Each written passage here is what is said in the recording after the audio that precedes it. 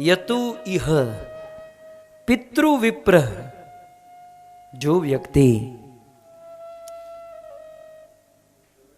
पितृ अपने माता पिता से द्रोह करता है, और ब्रह्मद्रिक, और जो व्यक्ति अपने गुरु से द्रोह करता है, और विप्र, जो व्यक्ति ब्राह्मणों से द्रोह करता है। तीन चीज है, मां बाप, ब्राह्मण और गुरु।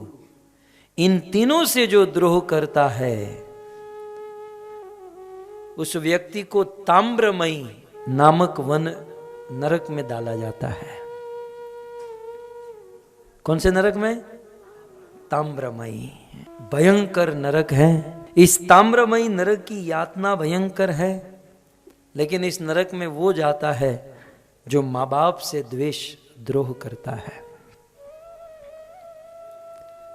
किसी भी व्यक्ति को चाहिए अपने मां बाप से प्रेम करें, किसी भी व्यक्ति को चाहिए अपने मां बाप की सेवा करें। मां बाप की सेवा नहीं करने वाला, मां बाप से द्रोह करने वाला नरक में जाता है, भयंकर ताम्रमयी नरक में जाता है। पहले तो नरक का बता दूं, फिर फिलोसॉफी बताऊं। इस नरक में क्या होता है? अयूत योजन परिमंडले। एक तो ये नरक जो है 10,000 योजन का है। ये केवल एक नरक, क्योंकि इसमें ज्यादा लोगों की संख्या है। 10,000 योजन का ये नरक है, और ये नरक, पूरा नरक तांबे से बना हुआ है, और ऊपर से सूर्य की गर्मी, नीचे से अग्नि की गर्मी। वो तांबा जो है ना बहुत गर्म होता है। वो तांबा जब गर्म होता है तो उसका रंग बदल जाता है। मां बाप से द्रोह करने वाला, ब्राह्मण से द्रोह करने वाला, गुरु से द्रोह करने वाला इस ताम्रमय 10,000 योजन के बने हुए तांबे की भूमि के ऊपर उसे डाला जाता है। ऊपर से सूर्य की गर्मी, नीचे से भूमि की गर्मी, और वो आदमी छटपटाता है, न चैन से बैठ सकता है, न सो सकता है, न दौड़ सकता है। कभी दौड़ता है, कभी बैठता है, कभी सोता है, लेकिन कुछ चैन से नहीं कर सकता, क्योंकि तप्त होता है सूर्य, तप्त होता है ताम्र।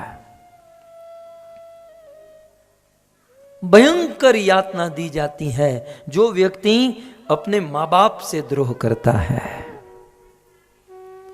एक बात समझ लीजिए, हम लोग कितने भी बड़े डिवोटी हैं, हम लोग कितने भी बड़े भक्त हैं, मां बाप से द्रोह कभी नहीं किया जा सकता, कभी नहीं।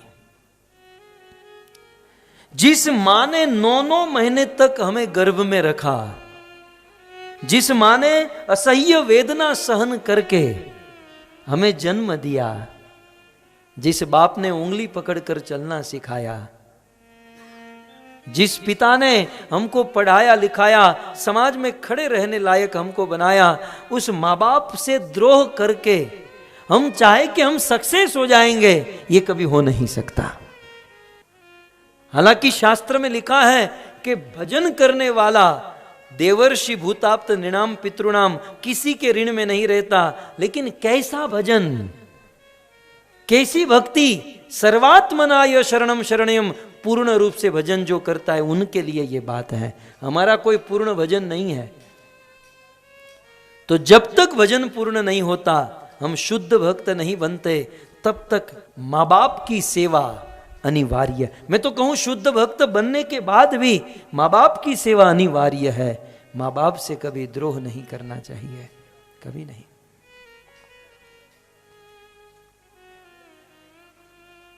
और जहां मां बाप की सेवा नहीं होती, सास ससुर की सेवा नहीं होती, वहां भगवान कभी नहीं आते, कभी नहीं आते।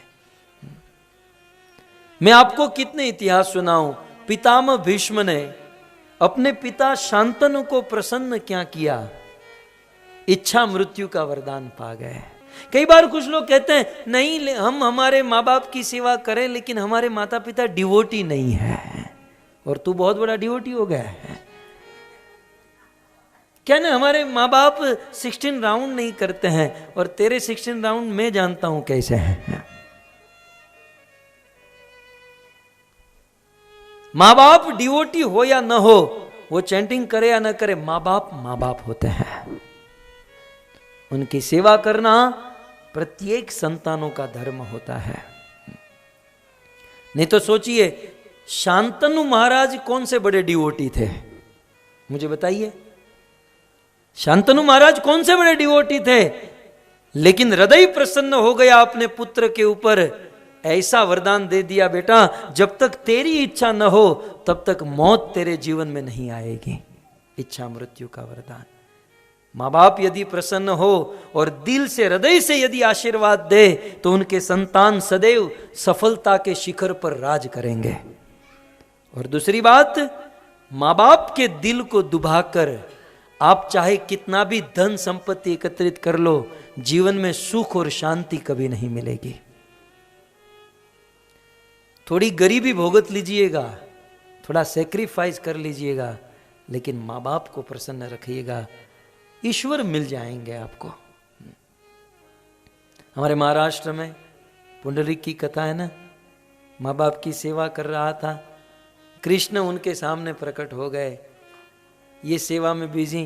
कृष्ण ने कहा, अरे आसन तो दे। इसने कहा, मैं माँ बाप की सेवा कर रहा हूं, थोड़ी देर खड़े रहो।